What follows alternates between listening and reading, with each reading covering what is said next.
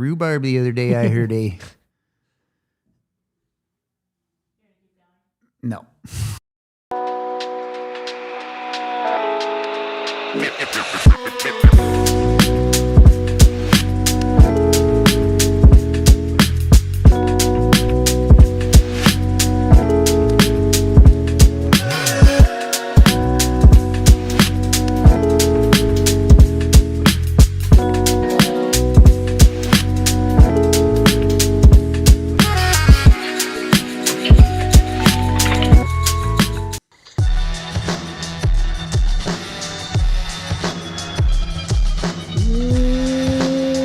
Welcome in the DNVR Avalanche pregame show live from not the Toyota Lounge.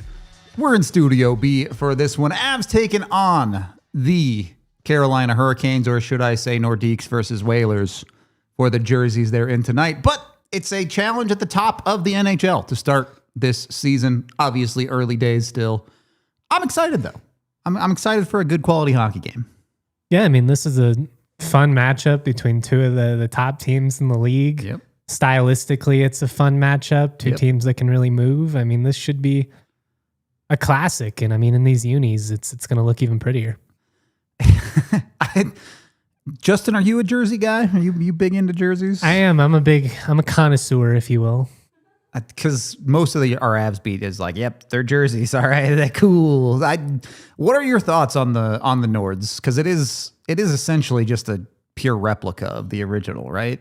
Yeah, I mean they're sharp. I would use the Nordiques unis quite a bit on the video game, so it's fun to see them in real life. I will say that if I'm being real, there is a little part of me that feels like repping the logo and uniform of a team that you took. Obviously, it wasn't Denver's decision, but maybe some bad sports karma in that sense. Like if Oklahoma City rocked a Seattle throwback, I would clown them for it. So I want to be fair in that aspect, but they're pretty freaking cool, man. It's hard for me to fault them when you see how sharp they look. I will say... Can it be honoring them? Yeah, I think the Avs have always done as reasonable a job as they could to respect their heritage and knew they came from Quebec and all of that stuff. So I don't think this is we're wearing their jerseys to dunk on their grave or anything like that. I mean, it has been 30 years too. Like if you rocked these in 1998, the body still would have been tougher for sure. Yeah. We haven't even buried them yet. My God. Yeah, that's fair. I think it's been long enough.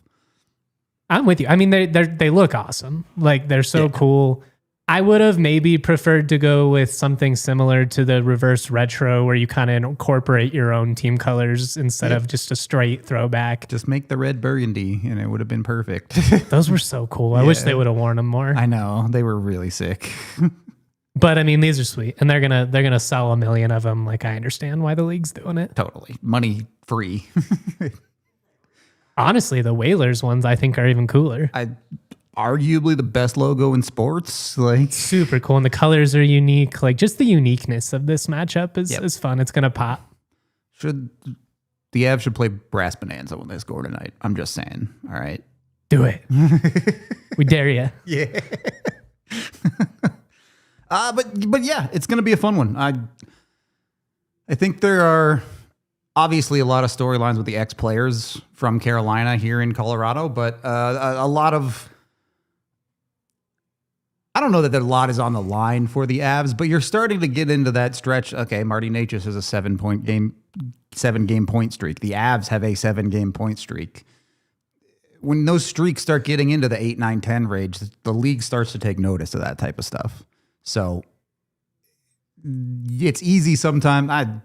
There's no easy games in the NHL. They're all professional teams. They're all good. But picking up an empty net point against a Columbus is a little bit easier than having to grind one out against a team like Carolina.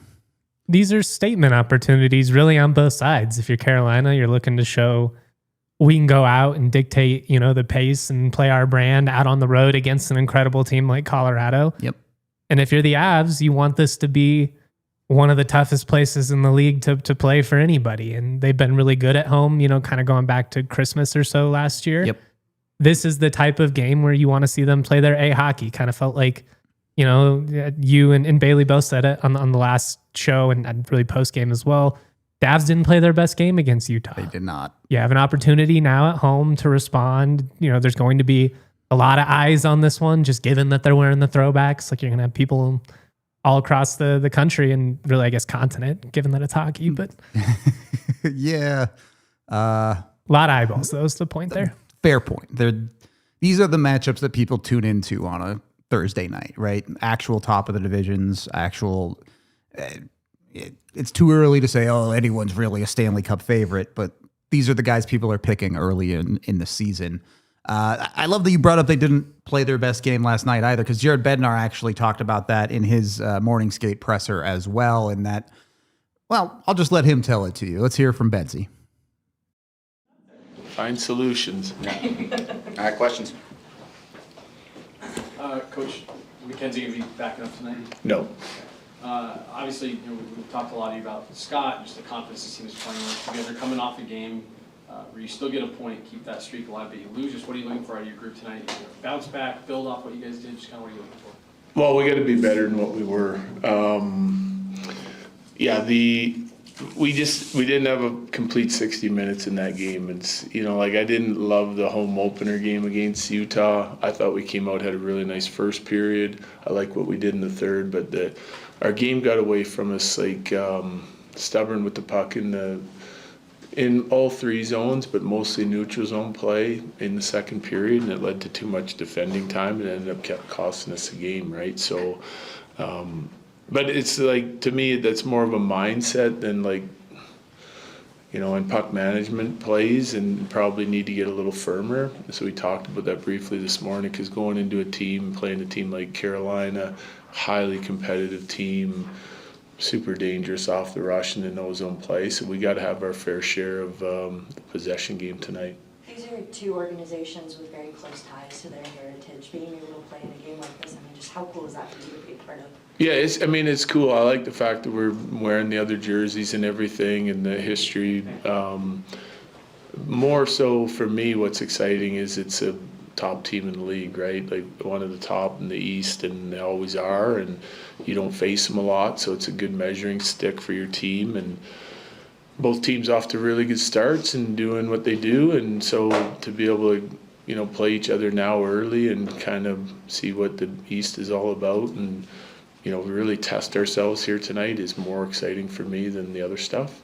You have three players that are facing their former teams, so a lot of emotion involved. And I know you've gone through this a lot as a coach, but is there anything as a coach that you can do to help kind of manage their emotions or keep things in check? I think it's exciting when you play your old team. I think it's an added boost in energy. So if they're playing well, the thing I can do is get them on the ice more. That's the way I look at it, And so, the message for not just those guys, but our whole team is we don't have to do too much, but we got to be really good at all the little things tonight in order to win the game. Coach, you talked about the consistency from that last game. I know it's two different teams, but how do you kind of get them? There was definitely a level of frustration in that game to get them prepared for this game. Is it like you're saying more kind of a mental? Oh yeah, we address it and turn the page. I'm not worried about our team's consistency right now. 7 games in, there's 3 or 4 periods there that I didn't like. And still trying to do the right things, just honestly, those are more puck management and decision-making things. I don't think we were soft. I think we played hard. We were competitive. We played with a good conscience. It's just some of our puck play wasn't where it needed to be. And if over the course of 7 games we have a handful of periods, I think you'll take that all year long. Obviously, you got to be better than that as the season comes to a close. But for this time of year, it's pretty good hockey we've been playing, and it's about not getting complacent and try to we're measuring ourselves right now against our best games that we've played this year, and trying to repeat that for a full 60 minutes every night, and it wasn't our best the other night, and we got to bounce back and make sure tonight is sharp. We all need a Jared Bednar in our life. I'm saying, just bounce back. It's that easy. It's all good, guys. Don't worry about it. You know what you're capable of. Yeah. Must be nice. Must be nice to have that guy in your corner for the Avs. I think you need that though, with Nate being such a hothead and Yeah. you know what I mean? Like I feel like Landy can be emotional too, but from a locker room standpoint, just the combo of having him and Bednar to talk everybody down in the times of struggle's probably too strong of a term considering you've got 12 points at this point and your only losses are in OT. Definitely wouldn't say struggles, but especially someone like MacKinnon is very, forget game to game, shift to shift. That's a guy where the emotional levels are a roller coaster. So wears his emotions on his sleeve, no doubt. yeah. So having some of that steadiness, I think, has definitely, I mean, look at their record. You don't need to look further than that to know it's helped them this year. Where are you kind of at going into this one? I mean, like, what do you want to see from the Avs? Obviously, like the other night, the puck possession wasn't great. Yeah, you had sloppy turnovers that really came back to bite you. Responded to an extent late, but what's like the biggest thing you're looking for coming off of that game against Utah? You know, I'm of two minds about this. I think this game is going to go one of two ways. If it goes the way where the Avs are the dominant team and they're able to control possession, then I want to see them play and execute with crisp hockey. You talked about the sloppiness. It was ridiculously sloppy last game, and there's been an underlying sloppiness, I think, the whole season. At times, it's fine. Like, at times, they execute on any given play. But feels like they have at least one period a game, though, where they just kind of go on cruise control, and it's just not. Yeah, and if you're up 4-1, that's fine. But in a one-goal game, some of these mistakes, if they make the same mistakes they did against Utah, Carolina is going to punish them. Yeah. They're too good of a team to get away with stuff like that to the extent that they did against Utah. And they really didn't. They lost the game, but they got a point out of it that it would not go like that in Carolina. The other side of this is, and Carolina is a good team. I don't want to discount them. They are entirely capable of being the dominant possession team in this game against the Avs. If they both play their A game, it could go either way. So if you end up in that game, I want to see the Avs be able to adapt. I want to see them play a game where they might have to play the way the other team wants, and they need to be a little bit more, pick their spots a little bit better, I guess I should say. Gotta be malleable sometimes. Yeah, exactly. So you can't always rely on you simply being the better, more talented team. You have to do the hard work, which I think the Avs have done. Bednar talked about it too. They're not afraid to get in there and grind, but then you have to be able to capitalize on your opportunities in a game where you might not get as many as you're used to. What like if both teams play their A game in this, who do you feel like has the upper hand? So I think the Avs do because of the injuries that Carolina has on their back end. That's a big factor for sure. Yeah, both Slavin and now Ghost out for their defenses. Slavin, obviously, the door should be open for the Avs top line to maybe get a little bit more aggressive and find some offense that would have been harder for them to chase down. And then on the Ghost side, he was their most prolific offensive defenseman so far this year before getting hurt. So it's a significant step in the right direction for making this game easier for the Avs. And if you get A games out of what the Avs guys have, those advantages should be enough for the Avs to get over the hump here. So let's say Carolina comes out in this game, they establish a strong presence, they are maintaining possession, they're dictating the tempo, kind of being the side that's just dictating the general pace of play. Yep. What are some ways that you would like to see, like how do the Avs respond in that sense? I mean, physicality, yes, but the magic word is power play. When you, especially in a game where you're not the team in control, the special teams becomes that much more important for you to capitalize on. You got to Dallas Stars it. Yeah, exactly. It's funny, but yes, you have to take advantage of those opportunities. And you know, we've talked a lot about the opening portion of this season where we don't feel like the Avs power play has been as bad as the numbers maybe indicate it is. But against a team like Carolina, especially, no moral victories. You need to actually produce to beat this team. And the power play is definitely one of, even if the Avs are the more dominant team, I think the power play still remains important. But if Carolina is getting that barrage of shots, as they so like to often do, you know there's going to be some calls and breaks the other way like a power play. And if you don't take advantage of them, you're just going to go right back into the hole. What do you like about the Avs power play so far? What do you want to see change? I think MacKinnon's movement in particular has been really, really good. They are forcing him to move his feet with some utilization of Natchez and just in general, putting him in behind the net a little bit more. I think there's... It's far less stagnant than it was at times last year. Less stagnant, more creative, forcing them to make, I don't want to say unique plays, but it's not the same thing over and over and over again. The problem, for the most part, has been the right wall for me, whether that's they had Nelson there for a while, they tried Olofsson there the last couple of games, and it has not really looked how you would have hoped it would. They need to figure out a legitimate threat on that wall that he doesn't have to be a goal scorer, he doesn't have to finish the plays, but he needs to be enough of a threat that penalty kills have to respect it. Don't be a non-factor. Right. You have to give that little extra inch of space to open up room for Makar or Natchez or MacKinnon to take that space and use it and eventually produce that goal for you. And right now, teams are just mostly ignoring that side of the ice. What are your thoughts on Brock Nelson? Specifically on the power play? Yeah, in the bumper spot, it looked a lot better. I'm open to continue trying that. I hate the concept of a bumper spot on the power play in general. I really don't like using it. I would much rather have an open middle where you get guys slashing through the middle from both sides. Just feels like it creates more chaos in front of the net. Sure. Nelson as a whole I think it's a weird conversation. I know some people are starting to always be like, hey, you need more out of Nelson. We're 7 games into the season, he's got 2 points. And to some extent, that's true. He does need to produce a little bit more. But you look at the underlying numbers of that second line, and they're just so good. The possession numbers are so good from Nelson. The power play work from Nelson probably has not been good enough. But again, he is 4th or 5th option on that power play, right? Like, he's not going to be the guy you're relying to score goals for. He just needs to be a little bit more active in showing a threat. And this might come off as, ignorant guy in the stands, shoot it.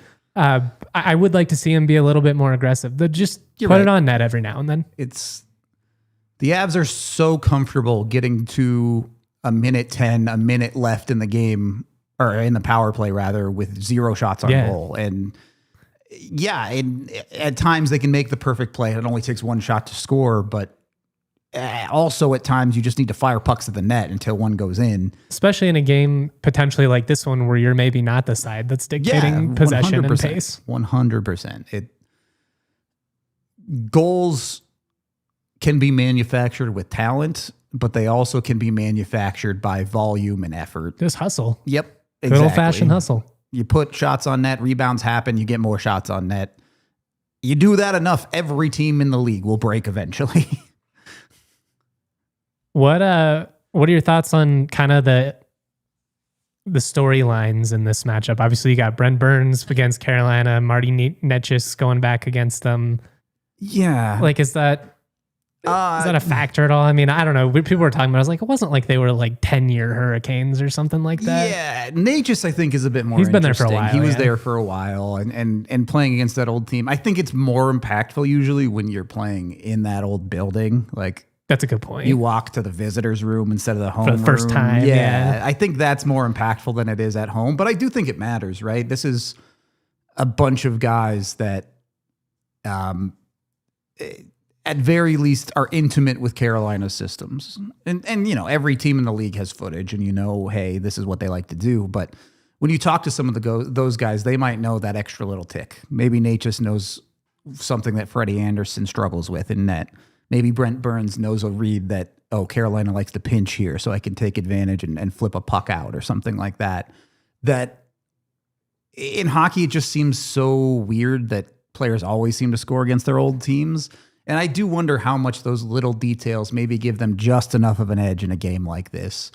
As far as actual storylines, look, the 1,500 games for Brent Burns is cool. Awesome. It's cool that they're honoring him with the team he was playing with before. Burns has been really good for the Avs this year so far, at least as far as his offensive production has developed. Is it sustainable? Does it even need to be? No, I don't think it's nice that they have it. You need Girard to pick up some of that slack when he gets back in the lineup. But Malinsky's done an okay producing. Manson has been fine.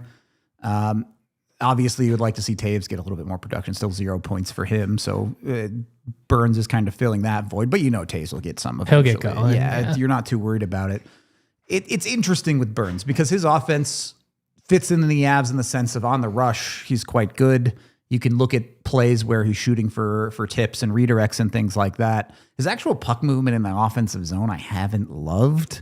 Kind of feels like hasn't quite figured out the flow of things yet. Like he's reacting still in the moment instead of just playing within the flow of the offense, if that makes sense. I would agree.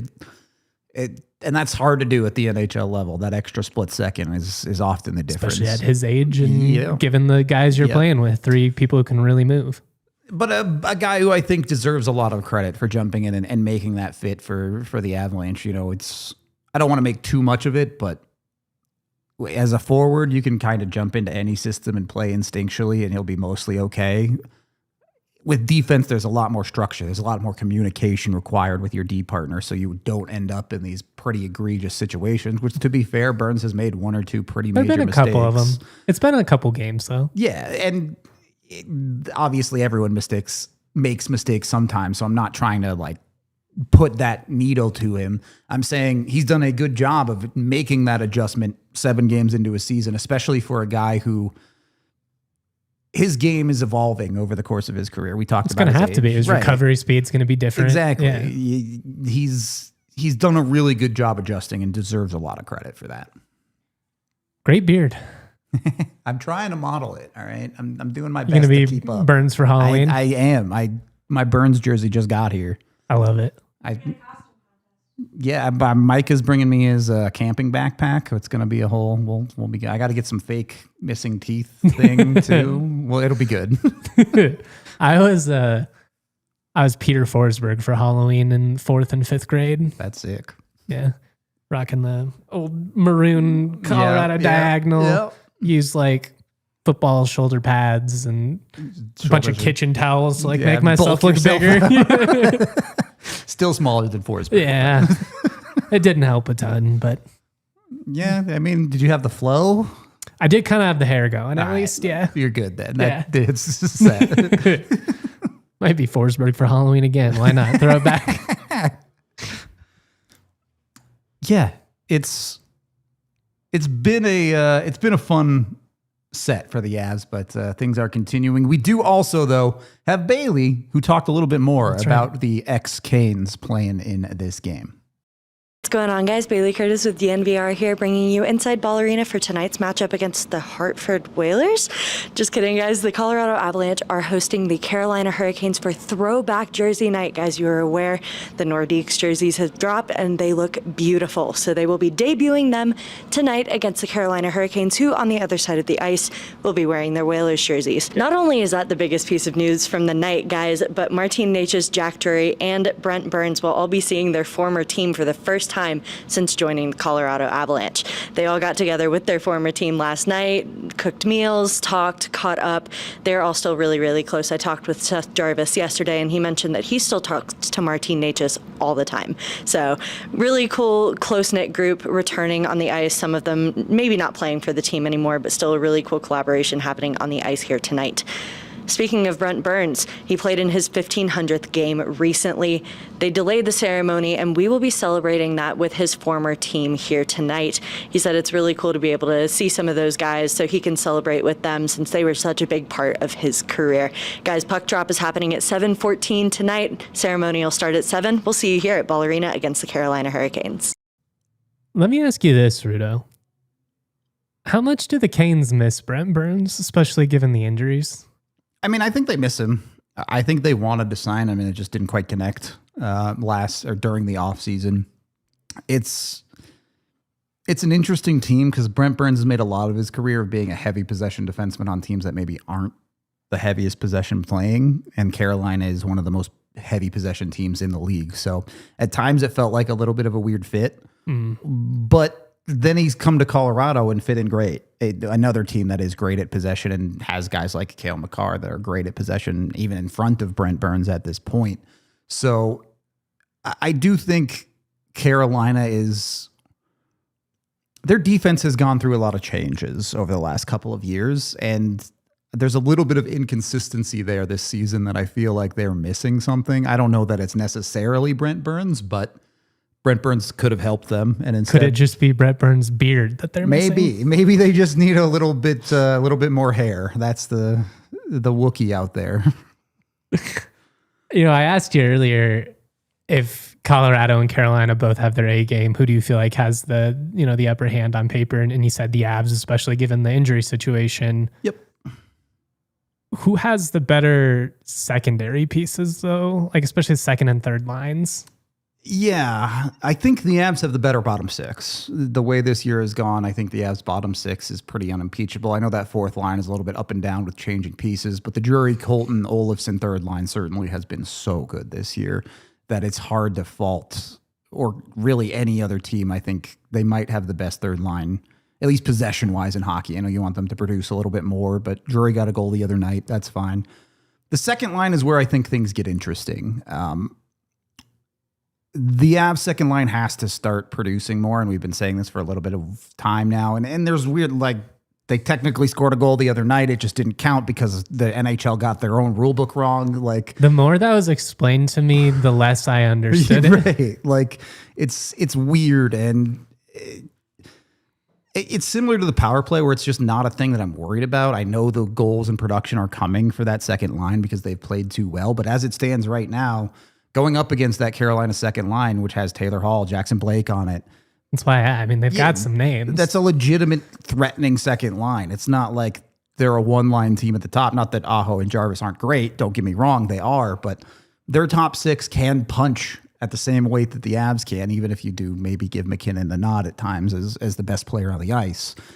That second line needs to be the one that steps up for Colorado and helps them. Yeah, you win as a team, you lose as a team. It's never on anybody, but they need to be the difference makers. You've gotten the notes here. I didn't mean to glance over it, but MacKinnon versus Ehlers. Yeah, so this is like Ehlers is the better hockey player through their career. I don't think there's really a whole lot of argument there, but 1 point through 6 games so far this season for Ehlers on a new team, adjusting to a new system where MacKinnon has chugged along like he always does next to MacKinnon, producing at a point per game or close to a point per game pace when he's healthy and in the lineup.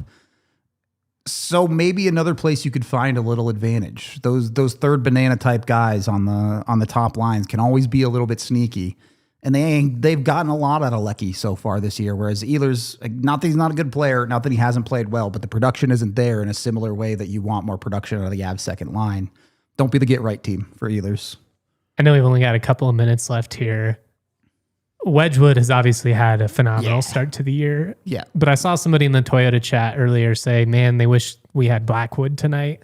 What do you feel like the goalie matchup in this one? Honestly, I don't mind it. Obviously, Anderson at his best is great.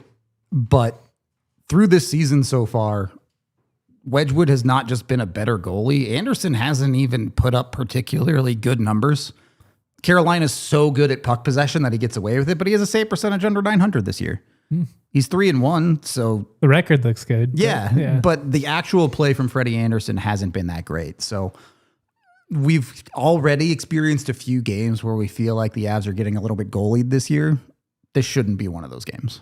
Feels like the Avs are kind of due for a 6-7 type goal performance. The Azure in the Toyota chat says she's got it at 6-3, and I feel like that's a good way to kind of segue here. Let's break out the crystal ball. Let's break it out. I do think I'm taking the over. I'm going to go 4-3 though. I'm going to go close game. I don't think this one's going to get out of hand, but I'm going to go on top of that. And as much as I want the second line to break out, I'm taking Nathan MacKinnon as my guy. I did not have a fantastic game the other day. Not a guy who plays 2 poor ones in a row very often. So I'm going with Mac. I'm going 4-2 Avs with the empty netter to kind of pull it away late. I'll take that.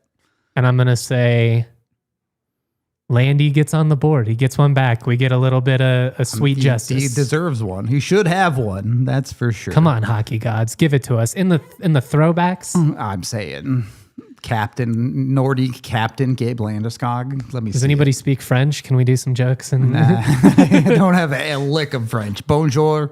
Oui. Tabernacle. That's all I got.